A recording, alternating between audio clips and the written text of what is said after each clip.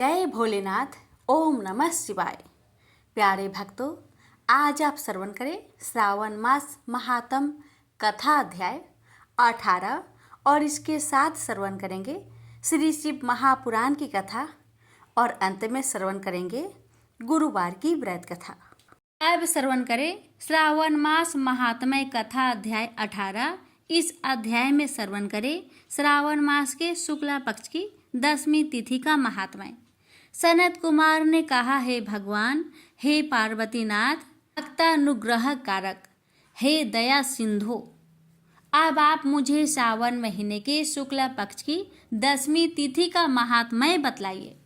भगवान श्री सदा शिव ने कहा, हे सनत कुमार, सावन महीने की शुक्ला पक्ष की 10वीं तिथि के दिन व्रत आरंभ करें।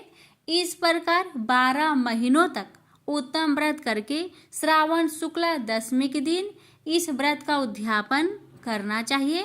राजा तथा राजकुमार को राज्य की आशा से कृषक खेती के लिए, वैश्य व्यापार के वास्ते, गर्भवती स्त्री पुत्र प्राप्ति हेतु तथा अन्य सब मनुष्य धर्म, अर्थ एवं काम आदि की सिद्धि निमित्त इस व्रत को आरंभ करें। इन कामों तथा दूसरे कामों के लिए आशा 10वीं व्रत करना हितकर है। जिसको भी किसी प्रकार का दुख हो वह उस दुख को दूर करने के लिए सावन शुक्ला 10वीं की रात को स्नान कर व्रत का शुभ आरंभ करे। रात को 10 दिशाओं को फूल, पल्लव, चंदन या जौ के आटे द्वारा अपने घर के आंगन को अंकित करके वाहन सहित स्त्रीचित द्वारा चिन्हित करके घी से तैयार किया हुआ नैवेद्य देना तथा अलग अलग दीपक देना चाहिए। तत्पश्चात ऋतु समय में होने वाले फल देकर अपना उद्देश्य निवेदन करना चाहिए। मेरी आशा शोभनी हो तथा मेरे मनोरथ सदैव सिद्ध हो। आपके प्रसाद से मेरा निरंतर कल्याण हो। यो सविधि पूजा करके ब्राह्मणों को दक्षिणा देनी चाहिए। इसी प्रकार प्रतिमास निरंतर व्रत करना चाहिए। हे तात, 1 वर्ष तक व्रत करके उद्यापन करना चाहिए। सोने, चांदी या आटे की दिशा 10 दिशा रूप देवताओं की प्रतिमा बनवाकर अपने सगे संबंधियों के साथ स्नान आदि करके वस्त्र भूषण से अलंकृत हो अपने घर के आंगन में मन से दिशाओं का क्रमशः आह्वान, स्थापन तथा पूजा करनी चाहिए। दिशाओं के तंत्र यह है, हे इंद्री, दिशा 10 दिशा रूप देवता सुर तथा असुर नमस्कृत इस संसार का स्वामी इंद्र आपके पास निवास करता है, ऐसे आपको नमस्कार है। हे अग्नि, अग्नि देवता के रहने से आप अग्नेयी कही जाती है। आप तेज स्वरूपा पराशक्ति है, अतः हे आग्नेय, मेरे लिए आप वरदात्री हो। हे यामिये, धर्मराज आपका आश्रय लेकर इस सारे संसार को दंड देते हैं, अतः आपको संयमनी कहते हैं। हे संयमनी, आप मेरे लिए उत्तम कार्य को देने वाली हो। हे आसे, हाथ में खड्ग लिए अत्यंत विकराल रूप मृत्युदेव आदित्य स्थान में आपके पास निवास करते हैं, अतः आप नृत्य रूपा हो। हे नर्तिके, मेरी आशा को पूर्ण करो। हे वारुणी, भुवन के आधार तथा जल जंतु के अधिपति वरुण देव आप में निवास करते हैं। हे वारुणी, मेरे कार्य के लिए और धर्म के कार्य के लिए तत्पर हो। हे वराहे, संसार की आदि कारण प्राण रूप वायु देव से आप अधिष्ठित हैं। वायु, मेरे घर में आप प्रतिदिन शांति बनाए रखे। हे कौवेरी, आपकी दिशा में कुबेर देव निवास करते हैं। आपकी उत्तर दिशा कही है, मेरे मनोरथों को पूर्ण करे। हे ऐशान्य, आप जगदीश शंभु से अलंकृत हो। हे शंभु, हे देवी, मेरे वंचितों को परिपूर्ण करे। आपको नमस्कार है।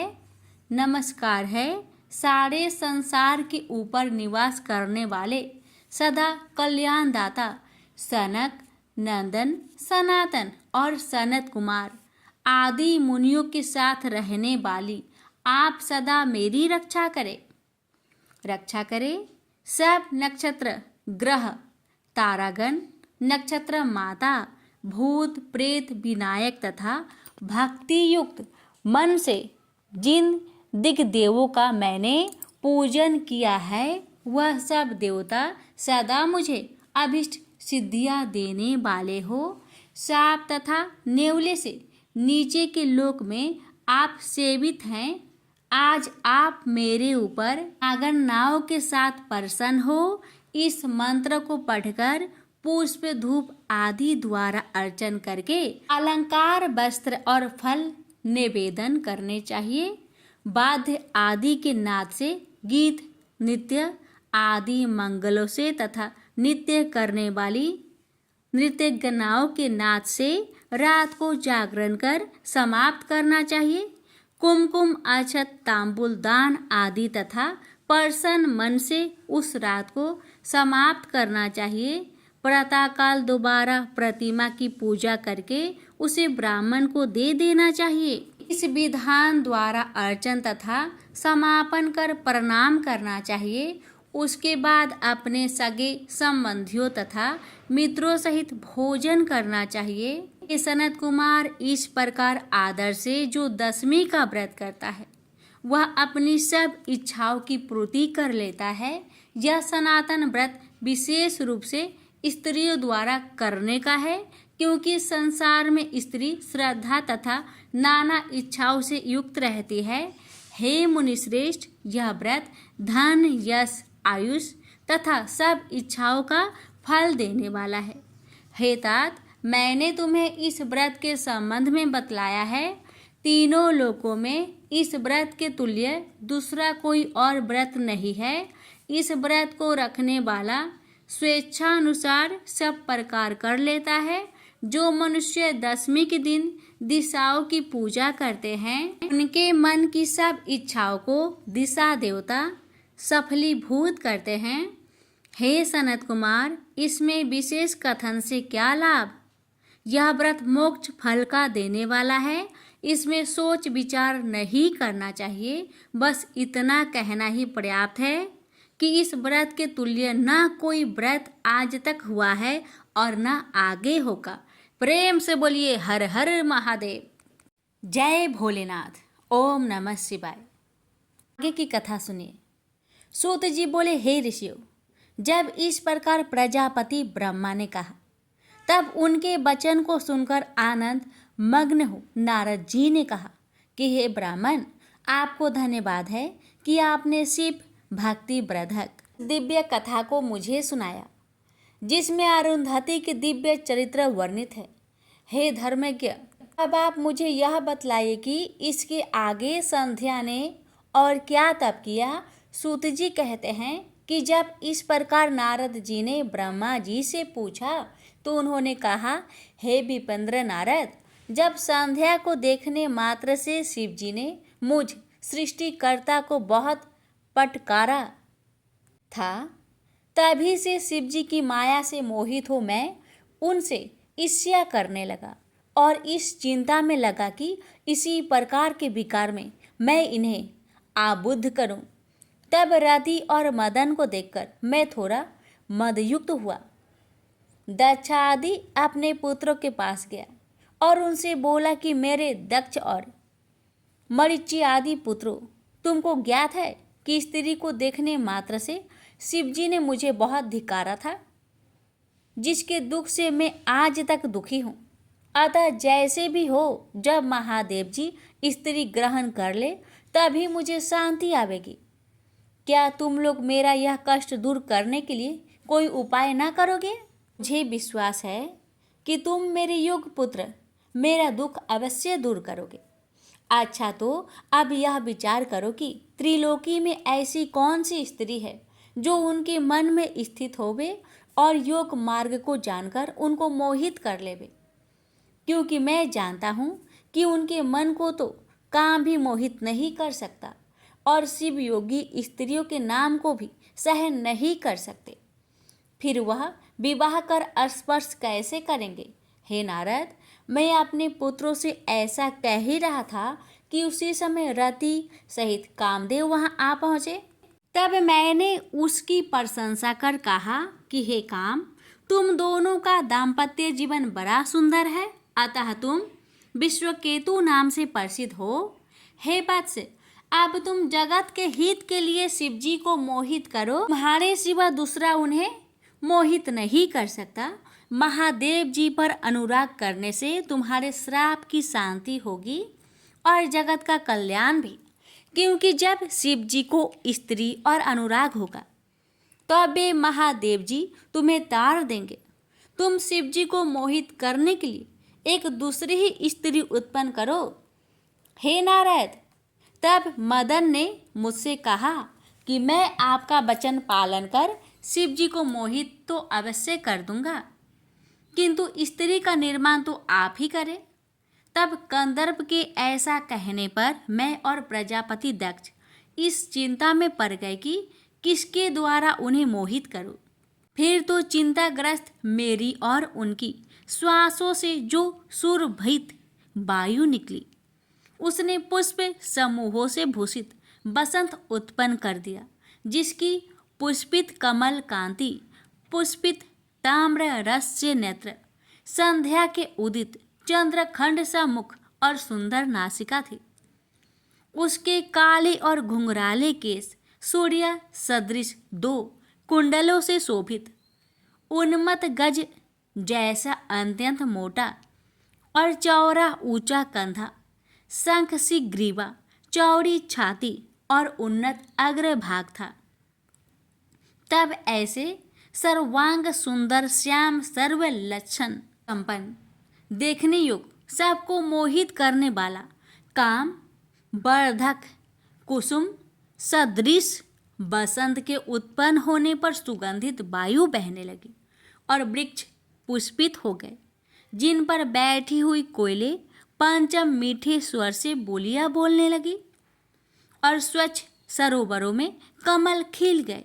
तब ऐसे श्रेष्ठ को आभिभूत हुआ देखकर मैंने हिरण्य गर्भ मदन से कोमल वचनों में कहा कि हे मन्मथ, तुम सर्वदा काम के सहचर हो, सब देवता तुम्हारी अनुकूलता करेंगे। यह रमन का हेतु होने से इसका नाम बसंत है और यह लोगों को रंजित करेगा।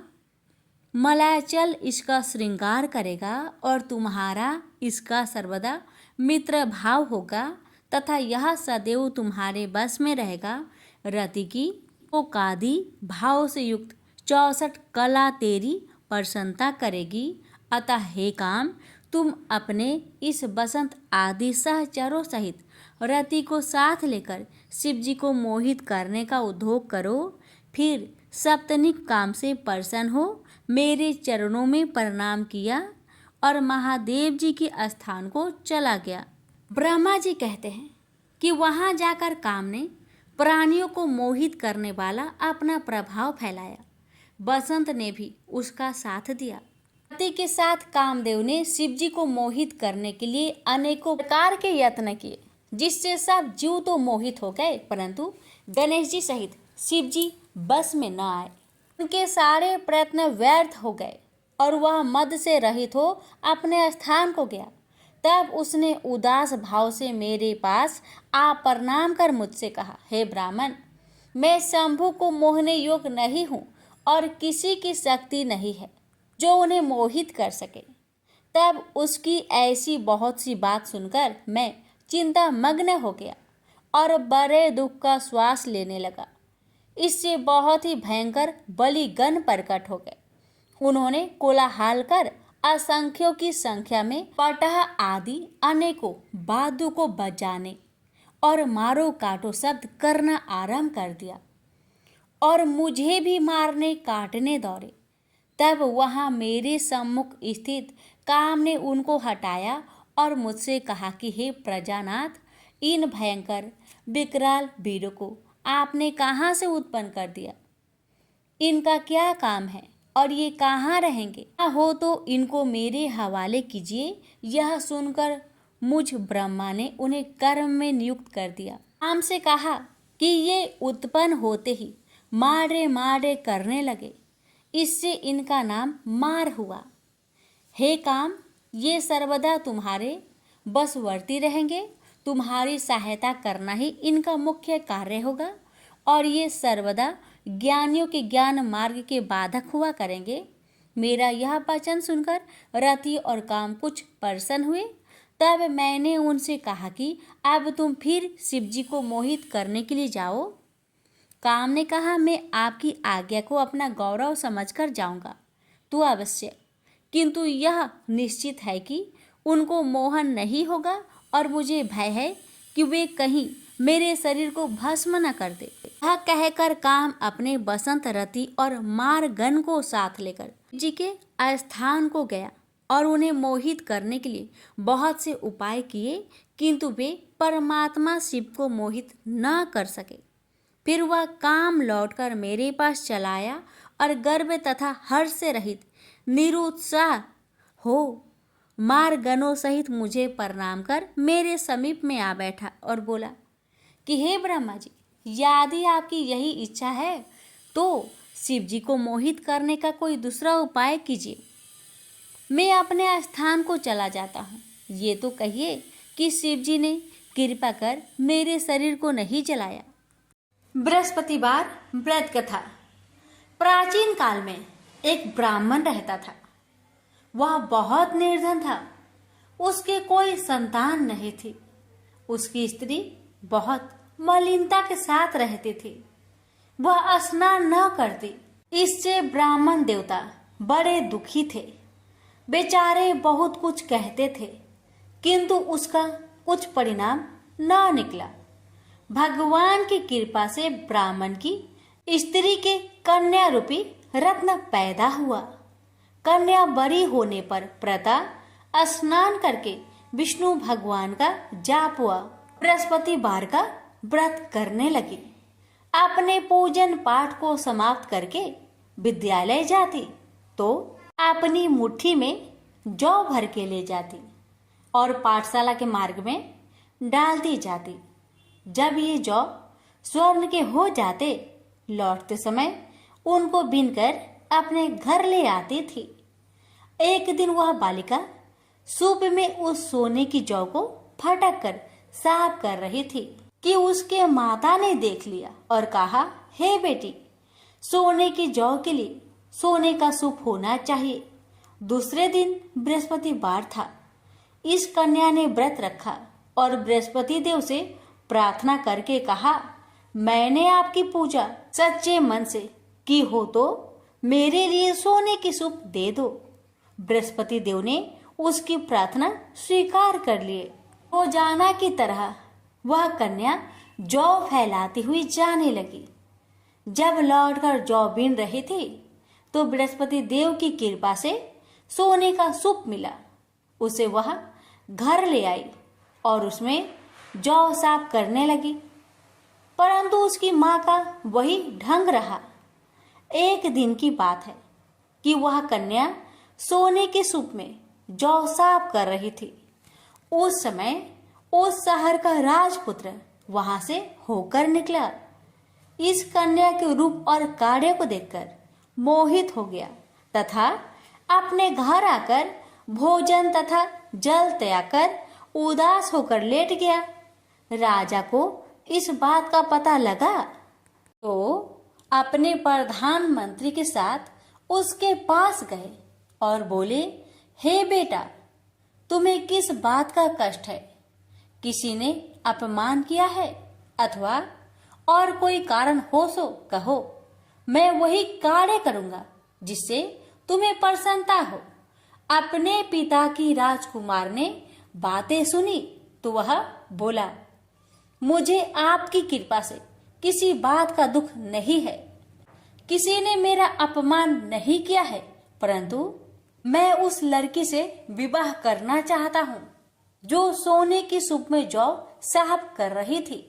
यह सुनकर राजा आश्चर्य में पड़ गया और बोला, हे बेटा, इस तरह की कन्या का पता तुम्हें लगाओ, मैं उसके साथ तेरा विवाह अवश्य ही करवा दूंगा।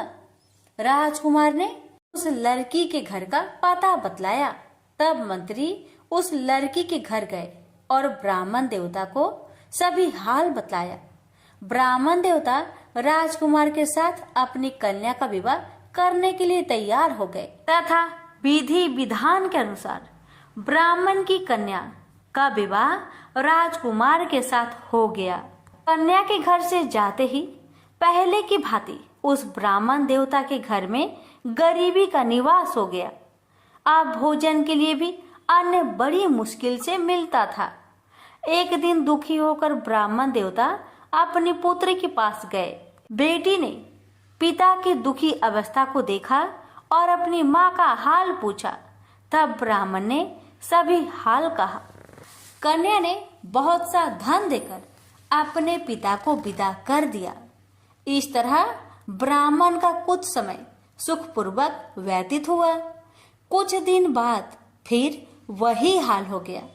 ब्राह्मण फिर अपनी कन्या के यहाँ गया और सारा हाल कहा तो लड़की बोली, हे पिताजी, आप माताजी को यहाँ लेवा लाओ, मैं उसे विधि बता दूंगी जिससे गरीबी दूर हो जाए।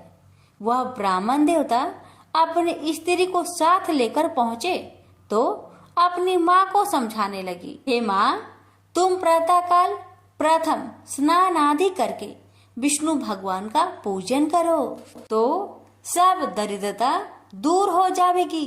परंतु उसकी माँ ने एक भी बात नहीं मानी और प्रातःकाल उठकर अपनी पुत्री की बच्चों की जूठन को खा लिया।